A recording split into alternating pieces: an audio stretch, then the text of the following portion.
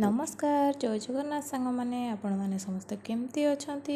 तो देखु आपण मैंने समस्ते तो बोईतालु फुलर बरा जहाँकि आम एपट कहुए बोईतालु फुल पिठो भजा से समस्ते खाइए हेले मु जो स्टाइल रे बनाऊँगी अधे लोक खाई अधे लोक तो भाविली रेसिपीटा सेयार करदेवी। तो देखो प्रथमे बोईतालु फुल को आणिकी तार से जो साइड गुड़ा ढेंटी गुड़ा थिला सेटा को काढ़ीदेली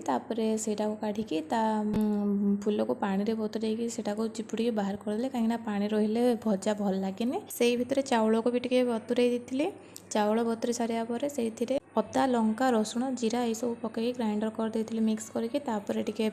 बेसन हल्दी गुंड लंका गुंड चिकेन मसला टे लुण ये सब पकई गोले देती पिठो तैयार कर देती पानी टे कमी जबार आउ टे पानी पकईकि भलसे चकटी देते आउ पूरा एमती देखु जमती भजा भलसे पड़ पार से टाइप पिठो बनइले भल लगे। गैस रे तावा बसैकी तेल गरम हो सारा पर गोटी गोटी कर भजा भलसे पकई देती